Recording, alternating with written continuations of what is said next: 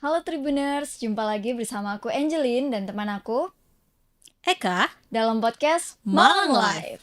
Kali ini kita akan bahas tentang manajemen stres dan kesehatan mental bagi pekerja bersama Dr. Tuti Nurkasiani SPKJ yang merupakan dokter spesialis kesehatan jiwa RSI Aisyah Malang.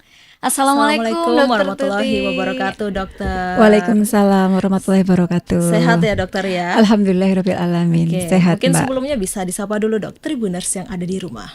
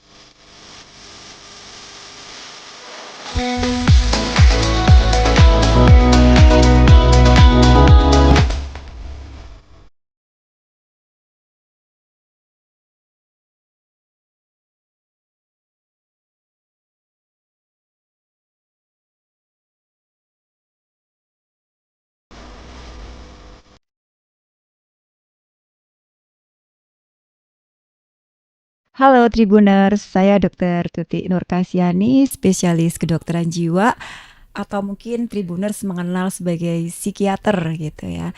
Saya selama ini mungkin sudah ada beberapa Tribuners ya yang tahu gitu ya, saya berpraktek di Rumah Sakit Islam Aisyah Malang. Sekian keseharian saya ya lebih banyak dipraktekkan begitu ya di RSI Aisyah Malang. Oke, berarti kesibukan Dokter Tuti ini praktek di RSI Aisyah Malang ya dok ya? Ya, saya praktek di sana di RSI Aisyah Malang. Selain itu saya juga sebagai ASN di rumah sakit jiwa yang mungkin satu-satunya ya yang untuk di Indonesia Timur di Rumah Sakit Jiwa Lawang. Lawang, iya. Oke. Mungkin kita langsung ke pertanyaan pertama aja nih ya dok. Silahkan Mbak Anggi. Yang namanya bekerja itu kan gak asing sama yang namanya tekanan. Apalagi beberapa perusahaan tuh mencari pencari loker yang mampu bekerja di bawah tekanan. Nah, lantas peran apa sih dok peran perusahaan ya dalam menciptakan lingkungan kerja yang dapat mendukung kesehatan mental gitu dok? Baik Mbak, ini tentu suatu perusahaan itu berperan sangat besar ya tentang pada kesehatan mental pekerjanya gitu. Lalu apa sih yang sebenarnya suatu perusahaan itu harus lakukan gitu ya. Yang paling penting adalah perusahaan itu harus menciptakan suatu beban kerja yang rasional gitu. Oke. Kan ada nih ya, suatu perusahaan atau suatu institusi itu memberikan suatu beban pekerjaan yang nggak rasional ke karyawannya. Jadi semua pekerjaan dikasihkan semua ke karyawannya. Jadi akhirnya karyawan ini merasa burnout gitu ya, merasa burnout, merasa lelah dengan over pekerjaan yang diberikan. Jadi kadang malah di hari libur, di hari harusnya istirahat itu nggak ada waktu gitu buat beliau-beliau ini bisa beristirahat yang cukup. Itu kalau untuk suatu perusahaan itu adalah penting mereka untuk memahami itu. Selain itu juga suatu perusahaan juga seyogyanya itu adalah mendukung pada karyawannya itu untuk mereka mengambil cuti secara rutin gitu. Contoh ya, kalau di ASN itu ya, misalnya kita ada 12 hari cuti gitu ya. Sebenarnya di suatu perusahaan gitu ya, itu memang mereka pasti ada sistem cuti ya, ada jatah cuti berapa lama seorang karyawan bisa cuti selama setahun, dan itu seharusnya seorang manajemen di suatu perusahaan itu tetap menstimulasi, mensupport, bukannya malah kayak menghambat untuk jangan cuti gitu ya, tapi tetap harus diberikan jatah-jatah cuti itu, diingatkan, disupport untuk ambillah cutimu gitu. Oke. Itu juga merupakan suatu hal yang penting, peran dari suatu perusahaan. Terus apalagi banyak hal lain. Yang lainnya adalah bisa yang mereka lakukan adalah memberikan akses untuk pelayanan dari kesehatan mental kepada masing-masing pekerjanya. Dalam bentuk apa? Banyak hal. Memberikan waktu untuk istirahat, untuk mereka bercengkrama, bisa berbagi gitu ya. Karena pada suatu kondisi kesehatan mental, ventilasi, katarsis itu adalah suatu hal yang penting. Jadi kadang kita nggak harus ventilasi itu ke seorang profesional ya, ke orang psikolog atau ke seorang psikiater yang memang itu sangat memahami tentang konsepnya gitu ya. Kadang dengan sesama, dengan peer group yang merasakan hal yang sama, misalnya aku dikasih tugas kayak gini, itu tuh udah sangat luar biasa loh ya. Mungkin Mbak Anggi juga ngerasa ya bahwa oke, aku ternyata dengan aku bercerita sama temanku aja aku udah ngerasa longgar gitu. Tapi aman gak sih dok kalau kita cerita permasalahan pribadi ke teman itu? Ya, oke Mbak, ini pertanyaan yang bagus ya. Jadi gini, pada beberapa orang memang akan merasa nggak big no untuk saya cerita sama teman dok, karena dengan bercerita bersama teman saya nggak dapat solusi, tapi malah jadi menambah masalah baru. Kayak apa ya, satu sama lain tuh adu nasib juga dok. Adu nasib gitu dok. Ya, jadi dalam konteks tentunya adalah dalam hal tertentu yang menurut kita safe, paham ya Mbak? Mungkin yang saya maksudkan, dan juga dalam konteks bahwa oke nggak ya dia untuk saya bisa bercerita apa yang rasanya saya nggak nyaman gitu. Kalau ternyata dia yang tipe-tipe orang yang oke, dia nggak bisa untuk kita kan bisa ya ngeliat temen, oke ini saya bisa nih cerita sama dia. Oke, kadang aja kita udah percaya sama dia, ternyata dia juga nikam kita dari belakang. Iya, Itu iya. masih mungkin gitu. Jadi pada konsepnya, prinsipnya sebenarnya ya paling safe kita bercerita itu adalah ke terapis, ke profesional gitu ya, karena kita tidak ada tendensi apapun di situ. Artinya apa? Dalam kondisi apapun saya juga nggak akan mungkin menceritakan masalah Mbak ke pasien yang lain, buat apa gitu ya kan, nggak ada untungnya gitu ya. Memang itu paling safe. Tapi jika memang ventilasi dan katarsis itu dibutuhkan, dan itu adalah orang yang menurut kita oke, dia amanah, saya safe bersama dia, it's okay untuk memberikan itu. Oke, tapi menurut dokter sendiri ya dok ya, kira-kira tuh perusahaan wajib gak sih dok kayak ada suatu fasilitas untuk ke klinis, sama di perusahaan tuh mewajibkan harus ada psikolog gitu? Ya, kalau menurut saya jika itu adalah suatu perusahaan yang cukup gitu ya, seharusnya ada gitu. Karena apa? Itu tadi mempermudah akses untuk pelayanan suatu kesehatan mental gitu. Memang pada suatu kondisi mental ini oke untuk di awal ke psikolog. Karena apa? Orang tuh kadang masih sangat ini ya Mbak ya, dengan psikiater itu masih sangat terstigma gitu ya. Kenapa aku mesti ke psikiater? Aku nggak gila gitu ya. Mereka tuh masih denial bahwa saya perlu ke psikiater nih untuk butuh bantuan. Mending aku ke psikolog deh, karena aku butuhnya cuman sharing, aku butuhnya berbagi gitu. It's okay gitu. Jadi memang di psikolog sendiri itu ada suatu spesialisasi ya namanya ya. Ada suatu sub bagian itu namanya psikolog industri gitu. Jadi psikolog itu ada psikolog klinis, ada psikolog industri, dan psikolog-psikolog lain-lain gitu ya. Saya kurang paham gitu ya, karena saya di bidang psikiaternya. Nah, ini ada psikolog industri itu yang tentunya pekerjaannya itu adalah fokus untuk menangani kasus-kasus industrial seperti itu. Kalau psikiater sendiri juga ada subspesialis dari psikiater industri, itu juga ada. Jadi dari SPKJ, spesialis kedokteran jiwa, ada K, konsultan. Konsultan itu juga macam-macam. Ada yang konsultan anak remaja, adiksi, geriatri, termasuk juga industri gitu. Tapi kalau memang itu perusahaannya cukup dan perusahaannya dirasa mampu, seharusnya memang itu akan lebih baik kalau ada seorang profesional di situ, minimal untuk screening tentang suatu kesehatan mental, karena itu sangat penting, karena itu sangat akan mempengaruhi produktivitas dari pekerjanya. Oke, berarti kalau misalkan kalau kita bercerita tuh harus pilih-pilih teman terlebih dahulu ya dok ya, jangan asal bercerita gitu dok. Nah kalau masalah kesehatan mental bagi pekerja nih ya dok ya, lebih rentan mengintai pekerja pria atau wanita? Oke. Sebenarnya kalau secara statistik dari suatu gangguan mental ya yang berat itu banyak diderita oleh pria secara statistik. Bukan wanita berarti. Secara statistik. untuk gangguan mental sendiri itu lebih didominasi oleh pria. Cuma kan secara statistik secara umum saat ini proporsional kita bahwa statistik perempuan lebih banyak daripada laki-laki. Jadi akhirnya walaupun lebih banyak pria secara yang mengalami gangguan mental, tapi perempuan pun juga akhirnya banyak karena secara jumlah perempuan lebih banyak daripada laki-laki. Tapi kalau secara statistik memang pada gangguan mental sendiri itu lebih banyak didominasi oleh pria gitu. Jadi di rumah sakit jiwa sendiri gitu ya, yang murni notabene di situ itu adalah kebanyakan orang dengan gangguan jiwa berat itu didominasi oleh laki-laki.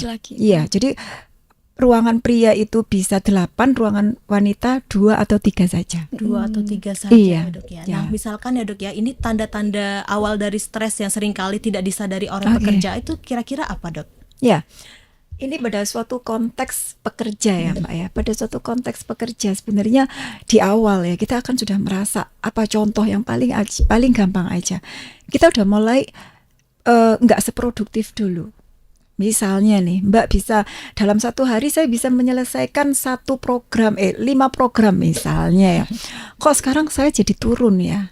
Saya cuma 1. Saya sudah mulai kurang fokus. Saya nggak bisa berpikir dengan baik. Saya dulu bisa lost doll gitu ya, what gitu ya. Sekarang kok saya nggak bisa, Dok. Saya sekarang kok nurun ya produktivitas saya. Terus kemudian saya juga suka nunda-nunda ya. Saya kerjakan, dulu saya harus saya bisa kerjakan semuanya. Sekarang hari ini saya 10 tas saya kerjakan. Sekarang saya ngerjain 2 aja luar biasa effort saya. Gitu. Kemudian ini di awal ya. Di awal itu sudah mulai ada penurunan-penurunan yang kita nggak sadarin. Kemudian saya mau berangkat kerja pada suatu kondisi yang ekstrim ya. Saya udah mau berangkat kerja kayak males ya. Saya udah ngerasa capek aja ya. Belum berangkat aja saya sudah males. Saya mau ngelihat HP. Aduh, jangan-jangan nanti saya di WA. Ya nggak enak nih. Jangan-jangan saya disuruh ini itu. Aduh, kayak saya udah pusing ya jadinya ya. Sudah pusing lihat HP. Banyak kasus seperti itu yang datang ke saya. Habis itu saya jadi, aduh Dok, saya ngelihat HP aja saya udah debar-debar saya, Dok. Saya udah cemas nih, keringat saya udah dingin nih, saya udah nggak enak banget nih perasaan, saya udah mual banget nih, saya udah keliengan banget, ujung-ujungnya saya sesek gitu. Nah itu udah stres tuh, udah cemas, yang sudah akhirnya akan menyebabkan distress. Distress itu apa? Gangguan. Kita akan terganggu sudah. Berarti tanda-tanda awal pekerja mengalami stres itu kayak produktivitasnya menurun ya, Dok ya. Iya. Sama males-malesan dalam melakukan aktivitas pekerjaan tertentu. Harianya. Dan kalau misalkan kurangnya konsentrasi itu, Dok, apakah juga merupakan tanda awal pekerja, Dok? Betul. Kurangnya konsentrasi ini malah yang sering sekali dikeluhkan. Sering sekali dikeluhkan. Dan akhirnya rata-rata mereka self-diagnose gitu, datang ke saya dengan, Dok saya ADHD nggak sih? Gitu. Akhirnya, Dok saya ADHD nggak sih? Kenapa? Saya nggak bisa fokus, saya nggak bisa konsen gitu. Padahal ya nggak fokus, nggak konsennya karena ansietasnya, karena ada suatu hal yang stresornya gitu. Jadi stres itu adalah reaksi tubuh kita terhadap stresor yang kita alami. Ya namanya orang kerja kan nggak ada yang mungkin nggak ada stresor ya, pasti ada masalah. Nggak mungkin orang kerja itu lempeng, nggak ada ceritanya gitu. Semua pasti akan ada up and down-nya gitu. Tapi sebenarnya gimana sih, Dok, cara menyeimbangkan antara tuntutan kerjaan sama kehidupan pribadi sebagai pekerja gitu, Dok? Ya memang ini akan jadi suatu dilematik yang luar biasa ya Mbak ya buat kita ya. Apalagi dengan tuntutan kerja sekarang gitu, apalagi perusahaan itu kan juga nggak mau rugi gitu ya Mbak ya. Cuma apa sih triknya ya supaya kita bisa tetap oke di pekerjaan, tapi kita juga mental kita sehat, kita bisa tetap ngurus rumah, apalagi mungkin yang udah punya keluarga gitu ya. Yang pertama adalah kita harus bikin schedule. Kita bikin jadwal. Itu penting tuh. Jadi hari ini aku berangkat, aku akan menyelesaikan ini. Tak apa yang mau kita selesaikan, jam berapa selesai. Dan kita manage dengan baik. Ini harus selesai, ini harus selesai. Kadang emang nggak perlu kita terlalu perfeksionis terhadap suatu hal gitu ya. Jadi kalau misalnya kayak tuntutan, misalnya kayak acara ini kayak udah sih, ya udahlah tayang gitu ya. Misalnya kayak belum gitu ya. Misalnya itu nanti akan menambah beban lagi yang udah ini belum beres, udah datang lagi yang ini, karena yang tadi tuh kita masih terlalu ngeman, ini belum terlalu baik nih kayak gitu ya. Jadi kita harus bikin schedule hari ini apa yang mau kita lakukan. Itu akan menghemat mental kita, menghemat waktu kita, menghemat perhatian kita pada banyak hal, karena kita udah ada list to do. Ini ngapain. Kemudian setelah kita bikin list, yang kita lakukan adalah jangan prokrastinasi, jangan menunda. Jadi jangan ditunda. Jadi lakukan semuanya dengan baik saat itu. Jadi misalnya kayak jam 8 aku datang, aku harus membuat A. Kita kerjakan itu, kita fokus. Misalnya saya di depan komputer nih, kita fokus kerjakan itu sampai selesai. Misalnya saya ada jatah untuk mengerjakan ini di jam 10, sebelum jam 10 selesai, harus sudah selesai. Karena jam kerja kita terbatas nih. Jam kerja kita kan misalnya jam 5 pulang, ya udah jam 5 harus selesai. Artinya apa? Yang nomor 3, sebisa mungkin jangan membawa kerjaan ke rumah. Jangan Oke. membawa kerjaan ke rumah, ya, Dok. Yes. Berarti Benar. kerjaan Karena diselesaikan di kantor aja. Iya, karena itu tadi kita udah bikin schedule, kita nggak menunda, semua udah kita kerjakan tuh saat itu. Logikanya targetnya selesai. Akhirnya di rumah kita bisa seimbang dong, waktu buat keluarga, waktu buat kalau yang belum berkeluarga, waktu buat diri kita sendiri. Me time gitu Me ya, Dok. time, mau ngopi, mau goler-goler lah, mau apa, itu udah ada banyak waktu gitu. Terus apa lagi? Jangan distraksi dengan HP. Oke. Oke, karena apa? Sosial media, gadget ini oke, emang bagus ya. Kita bisa dapat info banyak hal dari sini. Cuma kita harus punya waktu. Ada spare. Kita harus punya batasan. Oke, saat ini aku fokus untuk mengerjakan ini, aku selesaikan. Aku nanti boleh aku kasih reward diriku untuk bersosial media. Nanti gitu. Nanti setelah selesai. Iya, karena apa? Ini distract banget nih, gitu. Ini akan membuat kita harusnya yang selesai terdistraksi, semuanya jadi tertunda-tunda. Kita bawa kerjaan ke rumah, ya udah nggak beres semua Iya. deh. Gitu. Yang harusnya selesai 1 jam tiba-tiba 3 jam 4 jam gitu ya, Dok. Iya, atau malah ternyata diputusin lagi sama pacarnya, lagi pacarnya selingkuh, Aduh. apa stalking, Aduh, ini ternyata tambah mantannya punya pacar baru, malah down lagi nggak bisa Tambah rumit beban kerja. ya, Dok, ya. Iya. Nah, tapi bagaimana kalau misalkan seorang wanita bekerja sekaligus menjadi ibu rumah tangga itu ya, Dok, ya? Menjaga kesehatan mentalnya tuh seperti apa, Dok? Ya itulah ya, hebatnya perempuan ya, yang kadang nggak bisa dilakukan oleh laki-laki ya. Laki kerja pulang ya udah istirahat gitu ya, karena kayaknya masih tradisi di negara kita itu kayaknya semua kerjaan tuh ke perempuan gitu ya, kerjaan rumah. Itulah hebatnya perempuan, dan hebatnya perempuan tuh bisa multitasking gitu Iya, ya. benar. Itu ya hebatnya perempuan. Ya itu Mbak, yang paling penting adalah tetap kita harus atur semuanya. Harapannya apa? Begitu nanti jam 5 jam kerja kita selesai, ya udah selesai urusan kantor. Di rumah sebagai ibu lagi, sebagai istri lagi, udah fokus ngurus anak dan fokus ngurus suami. Karena memang kita udah meng-schedule semua dengan baik, kita sudah menata jam-jam kita dengan baik. Gitu. Itu emang harus belajar kita untuk lebih disiplin, mendisiplinkan kita, karena itu akan berefek juga untuk kita sendiri.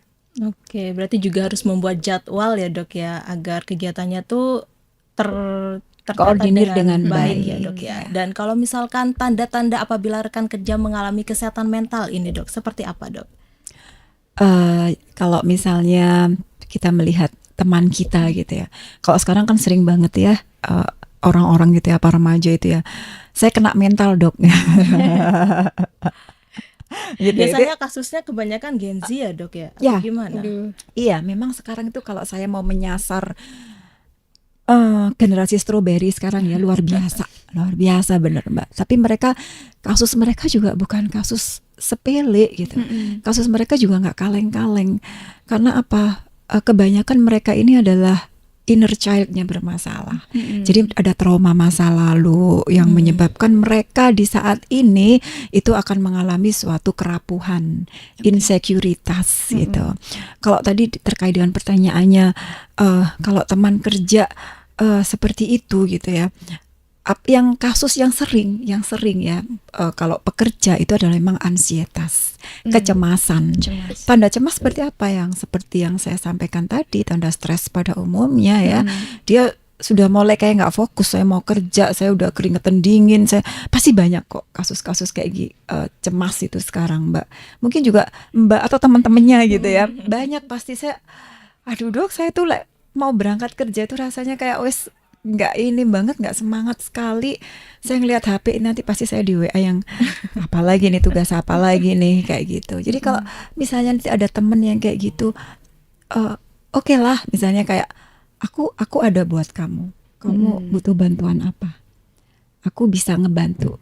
Kalau kamu mau berbagi silahkan, aku janji untuk ini antar kita. Tapi kalau kamu nggak mau berbagi dengan saya, ayo aku bantu kamu, aku antar kamu ke profesional. Itu aja sudah suatu support yang luar biasa buat mereka.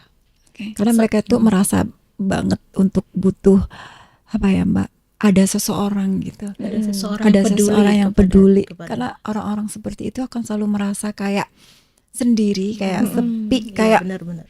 nggak ada orang lain yang ngerti saya. Iya. Apalagi pekerja yang merantau ya dok ya, seperti itu kan Betul. butuh orang-orang yang benar-benar peduli pada dirinya gitu, teman bercerita. Iya, seperti betul. itu. Apalagi kalau perantauan ya, apalagi keluarga nggak ada, Iya. di sini sendiri, ya teman. Teman. Akhirnya teman yang harusnya bisa support, bisa jadi keluarga, teman kerja, atasan itu bisa jadi keluarga, bisa jadi bapak, bisa jadi ibu, kakak, adik. Itu penting sekali. Penting banget ya Bu Dokter ya. Nah, kalau dari segi faktor nih dok, apa sih dok yang dapat menyebabkan seorang pekerja itu mengalami gangguan kesehatan mental gitu dok? Oke. Sebenarnya banyak hal ya Mbak ya untuk suatu kondisi kesehatan mental sendiri. Karena pada dasarnya ada ya kan Mbak, kita ngelihat ya, ada orang yang udah dimarahin kayak gitu ya menterai gitu ya kuat aja ya, tough aja gitu ya, struggle Saya aja. nggak peduli gitu dok. Yes, tapi ada juga yang masalah gitu kok udah lemes banget gitu ya, kok menye-menye banget sih gitu ya. Karena apa? Karena kesehatan mental seseorang itu dipengaruhi oleh banyak faktor. Jadi orang kena mental gitu ya, itu bukan karena dia dimarahin atasan kemudian dia jadi sakit, belum tentu. Oh belum tentu ya. Belum Bu Dokter, tentu. ya? Banyak yang dimarahin atasan tapi dia nggak sakit. Iya. Ya kan, dia oke-oke aja, Iya. datang juga masih ketawa ke TV, cengenges gitu ya, itu kan banyak juga ya. Tapi ada juga yang cuma diomongin hal kecil gitu, udah down banget, ada kan gitu. Karena apa? Orang tuh memiliki locus minorus sendiri-sendiri. Orang tuh memiliki kelemahan sendiri-sendiri. Ada yang dia diomongin kenceng banget biasa, ya emang dia udah biasa begitu. Iya. Ada yang kena banget ke mentalnya, kan apa? Dia punya trauma masa lalu tentang hal itu. Bahkan gak cuman suatu event ya, suatu kejadian, tapi kata-kata aja itu bisa men-trigger seseorang untuk dia kena rasanya kok nusuknya pas banget ya ini di tempat yang sakit gitu. Mungkin ada suatu trauma masa lalu yang dia alami saat itu. Tapi suatu kesehatan mental sendiri tuh Mbak, itu dipengaruhi oleh banyak hal. Genetik itu berperan Oh besar. berarti genetik juga berpengaruh ya dok ya. Sangat. Nah, Gen itu sangat iya. berperan. Itulah kenapa orang Jawa kita kan mesti kalau cari pasangan deloken bibit bobot bebet gitu ya. Jadi artinya bahwa genetik itu pada suatu sakit, pada suatu kondisi illness apapun itu berperan gitu. Jadi tapi bukan berarti bahwa kamu orang tuamu gangguan mental ya, kamu nanti anaknya pasti gangguan mental. No, belum tentu. Karena apa itu tadi? Interaksi banyak hal. Selain genetik, pola asuh. Pola asuh. Pola asuh orang tua ini juga berperan besar, parenting. Walaupun kadang ya sekarang orang-orang tua sekarang tuh sudah well educated tentang parenting ya, tapi banyak juga yang ternyata juga kok anak-anaknya juga masih banyak yang mengalami suatu gangguan mental gitu. Tapi ya itu artinya apa? Bahwa parenting yang baik juga belum tentu tidak menciptakan suatu kondisi anak tanpa gangguan mental, belum tentu juga gitu. Karena banyak faktor itu tadi yang akan saling berinteraksi. Dan Gitu. bagaimana kalau misalkan ayahnya ini mengalami gangguan mental dan ibunya juga itu dok, apakah akan berpengaruh pada anak? Dua-duanya orang tuanya sama-sama mengalami gangguan mental, apakah akan berpengaruh terhadap anaknya? Iya, secara teori tentu. Oh tentu. Secara teori tentu akan berpengaruh Mbak, karena nanti satu dari genetik iya, yang kedua dari pola asuh. Pola asuh ini biasanya orang tua itu pada kondisi seperti itu tidak akan memberikan suatu pola pengasuhan yang optimal, tidak memberikan pola pengasuhan yang adekuat. Oke. Contoh, orang tua yang mendapatkan abusive di masa lalunya, dia juga biasanya akan melakukan abusive juga ke anak-anaknya. Itu memang ada teorinya, bahwa menteori itu memang akan dalam 7 turunan ya Mbak ya, 7 turunan. dalam 7 siklus itu Iya. jika kita tidak potong itu akan terus. Itulah kenapa pentingnya mendatangi profesional.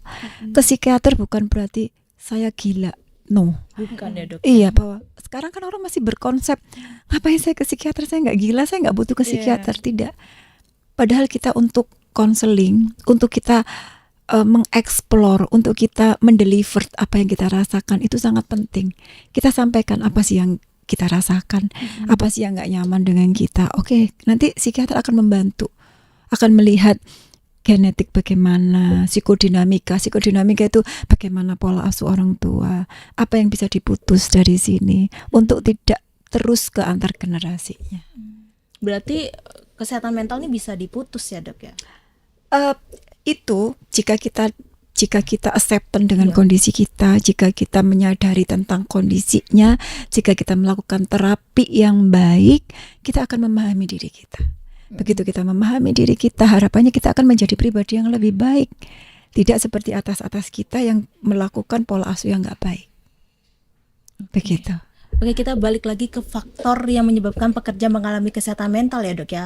Kalau misalkan beban tugas yang tak sesuai dengan kesepakatan di awal perjanjian kontrak, apakah merupakan faktor itu sendiri dok? Ya, seperti saya bilang tadi ya, bahwa beban kerja yang nggak rasional itu juga merupakan suatu stresor gitu ya, stresor yang luar biasa. Misalnya nih, seperti yang saya tadi kasih trik, dok saya udah ngelakuin triknya nih, saya udah buat jadwal, saya sudah nggak menunda, tapi kerjaan saya nggak selesai-selesai. Ya iya, orang bebannya terlalu berat gitu ya. Ini belum selesai. Walaupun saya udah menyelesaikan, oke, misalnya dalam satu hari saya jam kerjanya cuma sampai jam 5, tapi beban kerja saya yang harus saya selesaikan ternyata sampai jam 10. Iya, benar. Berarti kan nggak cocok antara beban kerjanya dengan waktu kerja yang diberikan. Tentu itu kan menjadi tambahan stresor. Karena apa? Mana ada waktu buat yang lain, mana ada waktu buat kita merefresh otak kita gitu. Bahkan di jam kita harusnya istirahat, kita nggak ada waktu buat istirahat. Padahal makan siang bersama teman-teman itu luar biasa, itu Luar cas biasa, energi ya. banget tuh gitu. Terus juga membangun hubungan yang baik dengan rekan kerja. Misalkan ya dok ya, dalam perusahaan tuh kita kurang nyaman dengan teman itu gitu dok, seperti gak betah bekerja, itu apakah mempengaruhi salah satunya? Pasti dong Mbak gitu. Jadi salah satu trik untuk kita tetap sehat di tempat kerja yaitu juga untuk kita tidak membuat konflik, untuk kita tidak berkonflik di tempat kerja. Ya walaupun rasanya mungkin sulit ya, karena kita bersama dengan banyak kepala. Iya. Kita bersama dengan banyak kepribadian orang Yang berbeda-beda. berbeda, yang belum tentu seperti yang kita mau gitu. Kita ngomong, aku dia nanggepinnya gini sih. Kan pernah ya kita punya Iya. teman tuh yang rasanya kok bencek banget sih kayak gitu. Itu kan ada ya Mbak kayak gitu ya. Ya makanya bukan berarti kita bisa untuk tidak berkonflik, tapi seminimal mungkin meminimalisir konflik, friksi, gesekan yang terjadi Oke. antara kita dan teman. Oke, nah caranya untuk menghindari konflik antar teman itu seperti apa dok? Oke. Sebenarnya gini ya, dalam kita berinteraksi dengan siapapun ya Mbak ya, dengan teman, dengan orang rumah, dengan pasangan, dengan anak, semua pasti akan ada friksi ya, pasti akan ada konflik. Nggak mungkin kita hidup tanpa konflik, nggak mungkin ya. Kalaupun kita berkonflik gitu ya, paling penting itu adalah sebenarnya kita selesaikan. Apa masalahnya? Aku minta maaf ya kalau aku salah. Berarti dicari jalan tengahnya ya Yes, dok ya? itu pada beberapa kasus kalau kita bisa selesaikan. Karena sebenarnya yang paling benar, yang paling sehat, paling baik untuk kita lakukan adalah task oriented. Kita selesaikan tugasnya, kita selesaikan masalahnya. Masalahnya apa? Aku minta maaf ya kalau aku salah. Tapi kan nggak semua kita bisa lakukan begitu. Iya. Nggak semua hal kita bisa letterlock semuanya kita bikin selesaikan masalah. Ada banyak hal yang kita nggak bisa selesaikan. Kalau emang nggak mungkin dok, bagaimana? Ya avoidance, hindari dulu. Hindari dulu ya dok ya? Yes, untuk meminimalisir kontak dulu. Karena saya belum kuat dok, saya belum bisa untuk saya ngomong secara langsung. Oke, kalau belum bisa, pilihan yang lain adalah withdrawal. Withdrawal, kita menarik diri dulu. Secukupnya, itu untuk mental kita. Paling baik adalah kita berdamai. Berdamai, acceptance itu paling baik tuh dalam segala hal. Mau berkonflik dengan siapapun, kita belajar acceptance. Tapi itu tentu nggak mudah, itu nggak ujuk-ujuk kita bisa acceptance, no. Ada prosesnya gitu ya. Pasti itu berproses yang luar biasa tuh, berdarah-darah itu. Nah kan meskipun pada saat ini tuh udah banyak yang aware sama kesehatan mental, tapi kan gak jarang juga masih ada sebagian orang yang kurang aware nih sama kesehatan mental nih dok. Kan terus ada yang beranggapan bahwa orang yang punya gangguan mental itu mentalnya tempe gitu doang, tersinggung gitu-gitu kan dok. Itu gimana sih dokter Tuti itu menanggapinya gitu dok? Oke. itu tadi ya, Mbak, seperti saya sampaikan bahwa seseorang itu memiliki suatu locus minorus yang berbeda. Seseorang tuh memiliki titik kelemahan yang berbeda. Orang memiliki kelebihan dan orang memiliki kelemahan. Dan suatu gangguan mental itu tidak ada hubungannya dengan kamu tuh lemah banget sih, alay banget sih. No. Oh, berarti nggak ada hubungannya ya, Dok? Tidak Gak ada hubungannya. Atau kamu tuh kurang sholat nih, kamu kurang sembahyang, kamu kurang berdoa, kamu kurang ngaji, makanya kamu tuh ngaji, kamu udah lulusan pesantren kok masih sakit mental kayak gitu. Nggak ada hubungannya. Jadi pada suatu kondisi gangguan mental secara biologi itu memang karena ada suatu penurunan dari aminergik namanya. Jadi kayak neurotransmitter kayak protein lah ya, protein di otak itu turun, itu yang menyebabkan mereka jadi menurun produktivitasnya. Dan ini memang secara biologi itu bisa dibantu dengan obat-obat untuk meningkatkan aminergik itu. Gitu. Itu secara biologi. Dan memang terus apa hubungannya dong Dok dengan kita religiusitas, dengan kita ada waktu untuk me time kayak gitu. Itu adalah salah satu cara yang kita bisa lakukan saat kita mengalami suatu gangguan mental. Misalnya kita cemas, kita depresi. Kemudian kita banyak beribadah, banyak bersedekah, kita jalan-jalan. Itu adalah salah satu cara yang bisa kita lakukan untuk memperbaiki kondisi mental kita. Tapi bukan berarti kalau kamu kurang ibadah kamu jadi kamu sakit karena kamu kurang ibadah. Tidak, itu tidak bisa dibalik konsepnya. Oke. Dan Sebenarnya stigma kayak gitu berpengaruh nggak sih, Dok, sama kayak misalnya aku lagi berusaha untuk menyehatkan kembali kesehatan mentalku gitu. Terus stigma-stigma kayak gitu ada kemungkinan buat memperburuk itu nggak, Dok? Pasti, Mbak. Kenapa? Dan gangguan mental ini memang stigmanya luar biasa. Ya. Benar. Kalau yang kita lihat sih mungkin ODGJ ya. ODGJ adalah orang dengan gangguan jiwa berat ya, yang orang awam bilang gila ya, tapi kita nggak boleh ya ngomong gila ya, tapi kita membahasakan dengan ODGJ ya, Mbak. ODGJ itu sangat luar biasa stigmanya di masyarakat. Dia di reject, ditolak, keluarganya juga burn out, capek gitu loh ya ngadepin mereka kayak gitu. Tapi untuk orang cemas dan depresi apa yang sering mereka merasa down banget, mereka bercerita. Mereka ngomong tentang apa yang mereka rasakan ke signifikan figur mereka, ke orang-orang terdekat mereka, orang tua, sahabat, pasangan. Tapi apa komennya? Gitu aja, lebay kamu. Itu mereka udah down banget. Karena mereka merasa apa? Kok aku berharap A, kamu kok ngeresponnya Z sih? Aku tuh kan yang aku harapkan kamu bisa memahami aku. Kalau memang kayak Mbak mungkin nggak paham, saya terus jawabnya apa, Dok? Ya, itu memang bukan keahlian Mbak ya. Itu keahlian terapis untuk ngomong pilihan kata-kata. Kalau memang nggak bisa untuk memilih kata-kata yang baik, at least diam. Aku bisa bantu apa? Aku dengerin.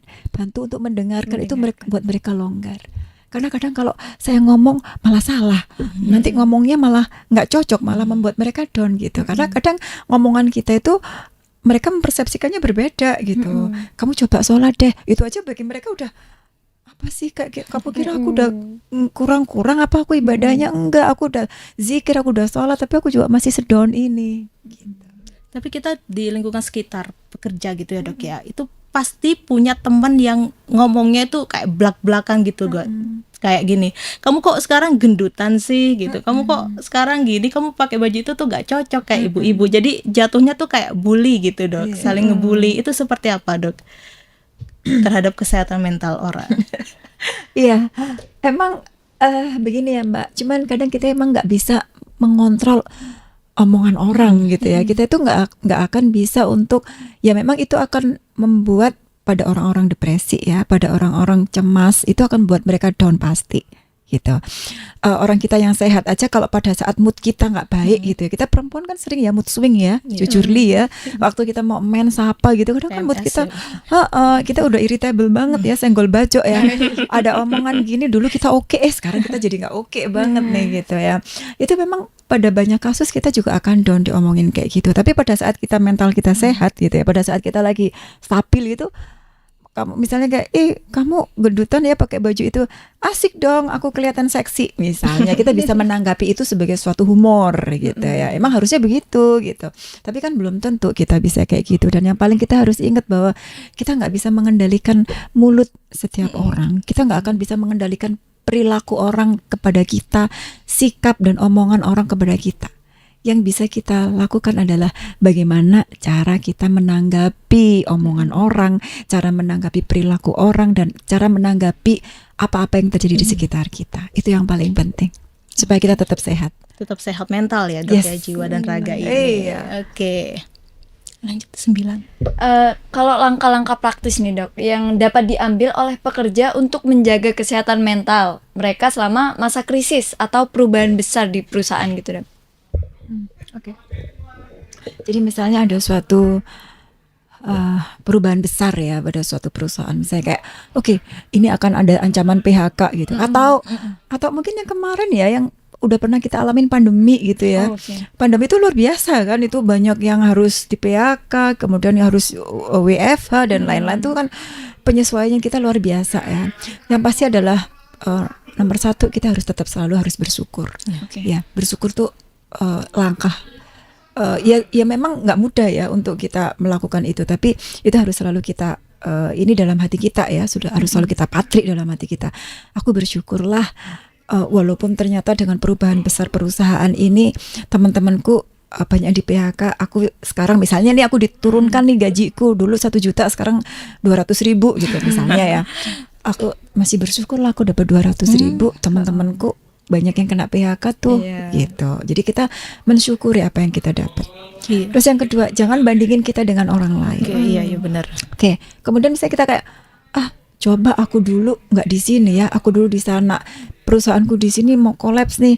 Coba aku dulu sama si A ikut di tempat situ nih, aku pasti masih dapat 1 juta, sekarang aku dapat 200.000. Nah itu kalau kita terus membandingkan nggak ada selesainya, Merasa kurang cukup gitu. Iya, kita nggak pernah akan puas, nggak ada puasnya, karena ya itu tadi bahwa pada prinsipnya manusia itu nggak akan pernah puas.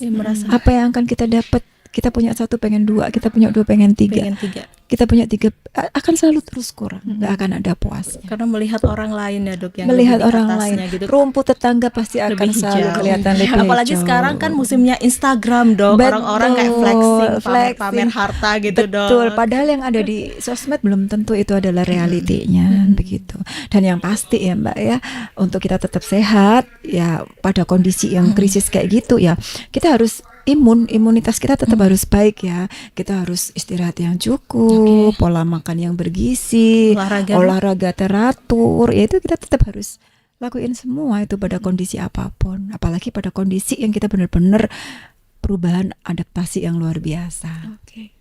Oke, Bu Dokter. Dan seberapa penting sih istirahat dan cuti bagi kesehatan mental pekerja, dan bagaimana perusahaan mendukung hal ini? Oke, itu akan sangat menjadi suatu hal yang sangat penting ya untuk suatu kata cuti gitu ya, karena itu akan mencas energi kita. Jadi energi positif kita itu akan dicas lagi. Karena ya sudah jadi basically ya, manusia itu tempatnya bosen gitu ya. Tempatnya bosen gitu. Jadi selalu mesti bosen. Begini dulu dicari, dikejar banget, giliran udah dapet bosen gitu ya. Terus ngelihat orang lain enak ya gitu ya. Ya, jadi kalau kita ada waktu ya untuk kita merefresh, untuk kita mengecharge, itu akan menyebabkan, tentu akan sangat bermanfaat buat perusahaan. Karena apa? Begitu dia masuk kerja lagi, produktivitas dia baik.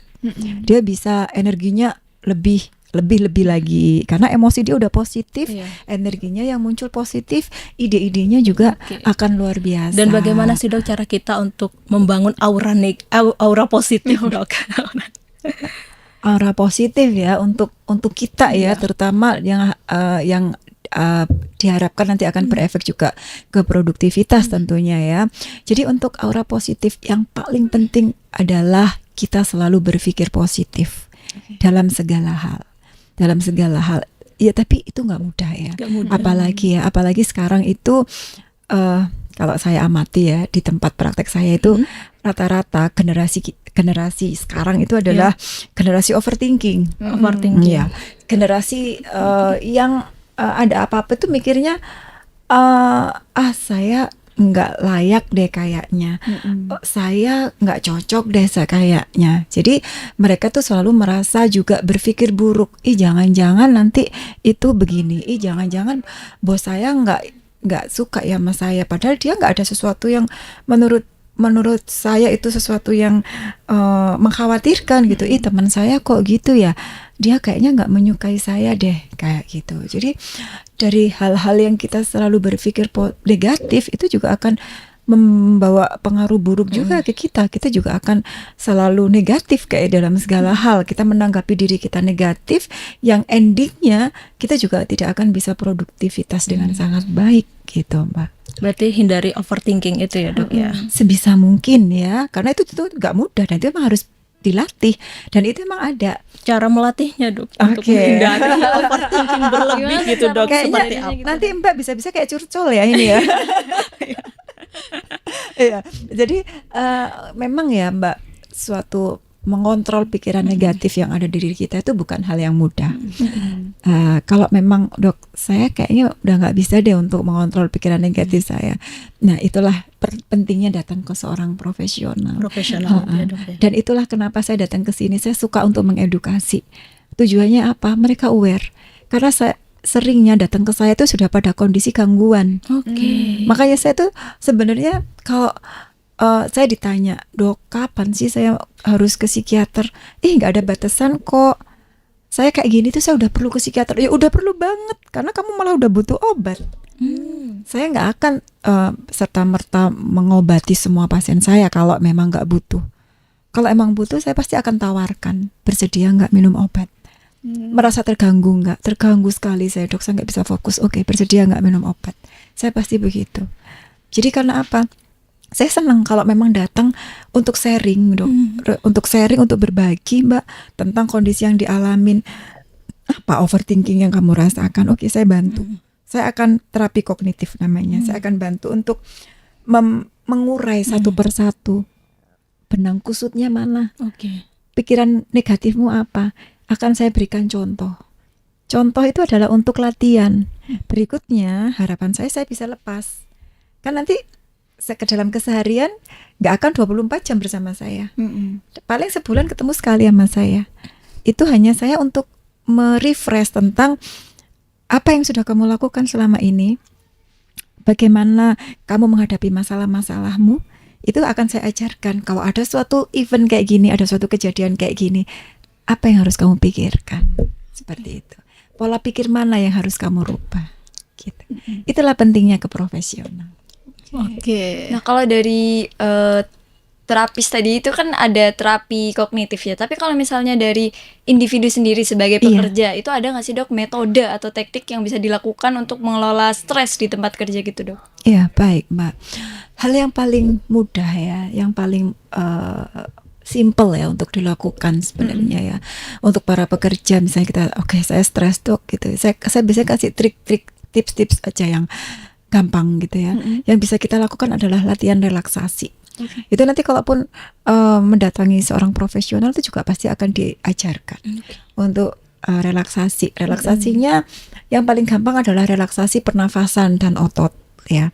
Jadi misalnya nih, saya cemas banget atau saat emosi buruk muncul ya, entah itu ansietas, kecemasan, kesedihan, kemarahan, kekecewaan atau apapun. Oke. Saya mau relaksasi. Kamu relaksasi, Mbak, lakukan. Caranya adalah kita pernafasan ya. Kita tarik nafas panjang. Ini salah satu trik yang biasanya di yoga juga diajarkan Di yoga ya. itu ya, Kalau Dok, ya. meditasi kayak gitu itu kan bisa diajarkan juga ya, banyak trik gitu ya. Jadi kita tarik nafas panjang 8 hitungan. Tahan. Waktu kita tarik nafas itu kita sambil kontraksikan otot-otot besar kita, Mbak. Jadi kayak otot besar itu kayak kaki, tangan, terus sambil lidah ini ditaruh di palatum, taruh di apa tuh, gusi atas ya, apa sih? Langit-langit. Langit-langit. Nah, kayak kita lagi makan asem gitu ya. Sambil kita tarik nafas, kita kontraksikan semuanya. Tahan sebentar. Keluarkan sambil kita relaksasikan semua otot-otot kita. Lidah kita turunkan, otot-otot kita relaksasikan. Terus lakukan itu Sampai berapa? 8-10 kali hitungan 5-10 menit it's okay. Sampai ngerasa lebih baik gitu. Itu teknik simple yang bisa kita lakukan, teknik relaksasi saat muncul emosi-emosi negatif. Emosi-emosi negatif itu ya dok Ah, ya. Ini sangat penting sekali relaksasinya ya, Dok. Iya, relaksasi itu kita bisa lakukan kapanpun, termasuk kita saat marah. Oke. Saat marah pun Mengontrol kita- emosi. Iya, saat amarah ya, kita Dok, ya. saat kita lagi marah, oke. Kita pergi dari tempat yang buat kita amarah, kita distraksi, kita alihkan, kita latihan relaksasi. Itu paling gampang.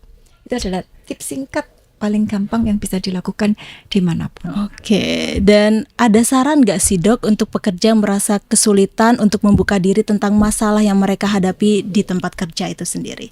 Iya, yang selalu saya sampaikan ke mereka ya, para tribuners ya. Jadi Tribuners. bahwa suatu kondisi kesehatan fisik itu sangat berhubungan dengan kesehatan mental. Itu yang sering orang nggak aware. Bagi mereka, saya sakit lambung dok, datangnya ke dokter umum, ke dokter penyakit dalam.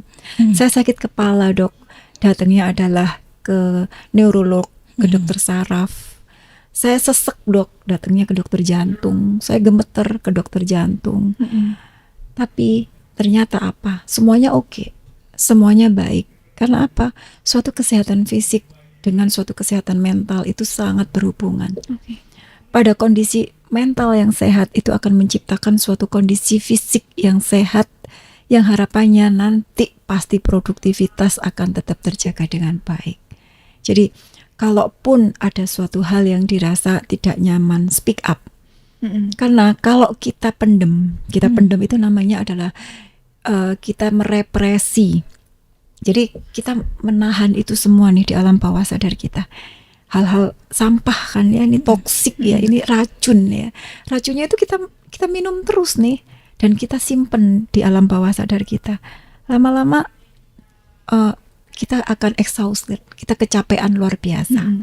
Mental leakage, jadi mental kita akhirnya akan down, akan drop. Dan akhirnya kita jatuh ke kondisi sakit mental. Oke, kadang orang nggak menyadari. Saya loh dok, nggak ada yang saya pikir. Saya di tempat kerja saya juga baik-baik saja. Oke, karena apa? Karena toksinnya dia minum sedikit, tapi dia nggak ngerasain itu dan dia represi dan dia taruh aja di alam bawah sadar dia. Lama-lama yang penampungannya nggak cukup nih, akhirnya munculnya adalah dalam kondisi keluhan fisik. Gitu. Jadi sebelum sampai di situ, tolong speak up dan jangan malu, jangan ragu buat mendatangi profesional, psikolog atau psikiater gitu ya. Bukan berarti, dan di tempat saya itu ya yang ODGJ itu gak banyak. Yang namanya orang dengan gangguan jiwa berat itu gak banyak. Kebanyakan adalah orang-orang dengan ansietas, dengan kecemasan, kesulitan tidur, overthinking, mood swing, yang ngerasa sendiri, ngerasa kayak teman-temannya gak menyukai dia, kayak ngerasa keluarganya musuhin dia, kayak ngerasa atau gangguan tidur atau panik atau takut, seringnya kayak gitu.